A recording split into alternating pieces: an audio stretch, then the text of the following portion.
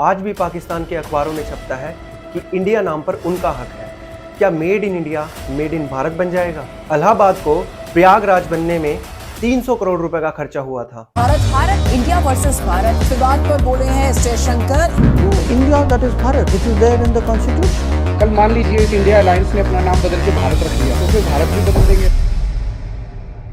देखिए, भारत के बहुत सारे नाम हैं, लेकिन सबसे ज्यादा बोले जाने वाले हैं इंडिया और भारत। अब ये नाम बने कैसे, किसने इन नामों को दिया, इसको गहराई से जानने के लिए आपको बहुत पीछे जाना पड़ेगा। देखिए, ऋग वेदास के चैप्टर नंबर 7 में यानी कि मंडल नंबर 7 में सप्त सिंधु रिवर के बारे में लिखा गया है।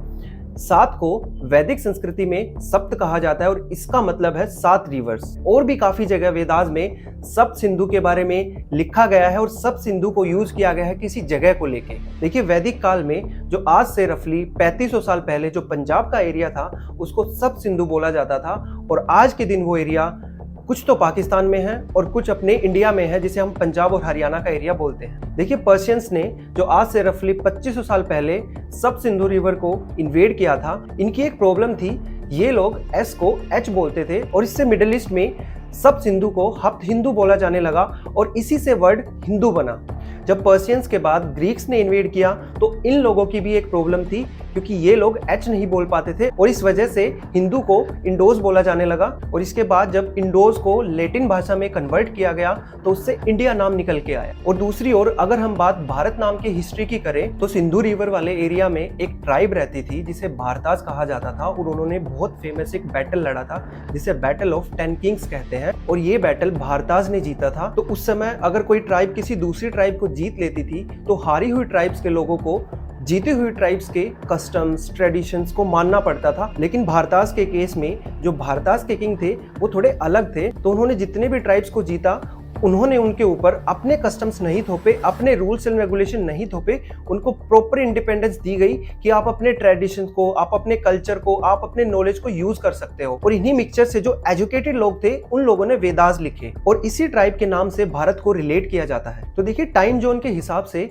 देश के नाम चेंज होते रहे, कभी इंडिया, कभी भारत, कभी हिंदुस्तान, कभी जम्बू द्वीप, कभी भारतवर्ष। जब मुगल आए तो उन लोगों ने हिंदुस्तान नाम को फेमस किया, तो जब ब्रिटिशर्स आए तो उन लोगों ने इंडिया नाम को बोलना प्रेफर किया, ना कि इंडिया नाम उन लोगों ने दिया। देखिए, भारत आजाद होने के बाद 17 सितंबर 1949 को डॉक्टर भीमराव अंबेडकर ने आर्टिकल 1 का फाइनल वर्जन कॉन्स्टिट्यूएंट असेंबली में सबमिट किया, और जिसमें भारत के 2 नाम यूज करे गए, भारत और इंडिया। देखिए, जब आर्टिकल 1 पर मोशन मूव हुआ कि India that is Bharat will be the name of our country, इस नाम को यूनानिमसली अप्रूव कर दिया गया और एक भी वोट इसके अगेंस्ट में नहीं पड़ा। तो इस तरीके से देश का नाम इंडिया और भारत कॉन्स्टिट्यूशन में ऐड कर दिया गया। तो आज के दिन जब हम कॉन्स्टिट्यूशन का हिंदी वर्जन देखते हैं तो उसमें लिखा होता है भारत दैट इज इंडिया, और इंग्लिश वर्जन देखते हैं तो उसमें लिखा होता है इंडिया दैट इज भारत। और उस दिन के बाद से भारत और इंडिया इन दोनों नामों से किसी को कोई परेशानी नहीं हुई। लेकिन उसके बाद टाइम आता है 2016 में सुप्रीम कोर्ट में एक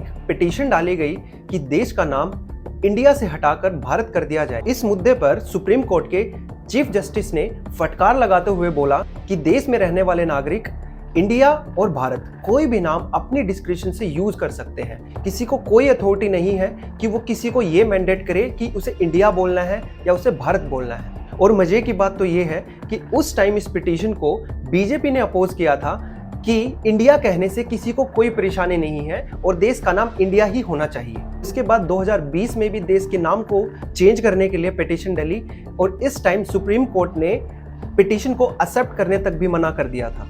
और अब बात करते हैं 2023 की कि क्यों ये इंडिया वर्सेस भारत का मुद्दा एक बार फिर से चर्चा में है। देखिए, जब रिसेंटली देश में G20 समिट हुआ तो जब उसके इनविटेशन लेटर भेजे गए तो उसकी हेडलाइन में प्रेसिडेंट ऑफ इंडिया की बजाय प्रेसिडेंट ऑफ भारत लिखा गया, और उसी इनविटेशन लेटर की एक लीक्ड कॉपी सोशल मीडिया पर ट्रेंड करने लग गई। और इसी के साथ साथ पार्लियामेंट के स्पेशल सेशन की डेट्स भी अनाउंस कर दी गई। तो लोगों ने स्पेकुलेट करना स्टार्ट कर दिया कि इसी स्पेशल सेशन में देश का नाम इंडिया से भारत चेंज कर दिया जाएगा। और इन स्पेकुलेशंस को बढ़ावा देने का काम किया रिसेंटली हुई G20 समिट ने, जिसमें अपने देश के प्राइम मिनिस्टर ने कंट्री की नेम प्लेट पर इंडिया की बजाय भारत नाम को लिखवाना प्रेफर किया।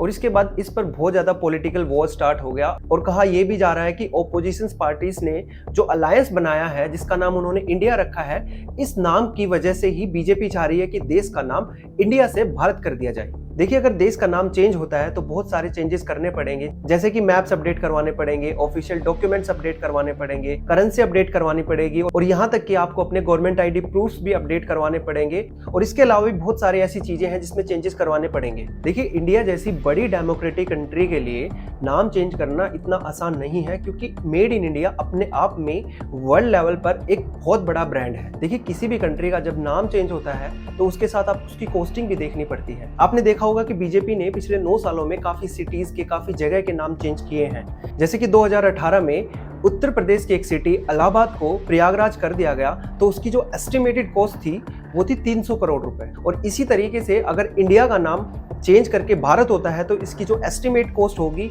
वो 14,000 करोड़ होगी। देखिए, जो पॉलिटिकल पार्टियां आपस में लड़ रही हैं कि देश का नाम इंडिया नहीं होना चाहिए क्योंकि ये नाम ब्रिटिशर्स ने दिया था, लेकिन अगर रियलिटी में देखा जाए तो इंडिया नाम ब्रिटिशर्स ने नहीं दिया, इंडिया नाम एक मिस प्रोनाउंसिएशन का रिजल्ट रहा। वीडियो में बने रहने के लिए धन्यवाद। ऐसे ही इन्फॉर्मेटिव वीडियो देखने के लिए please subscribe to my channel. Thank you so much.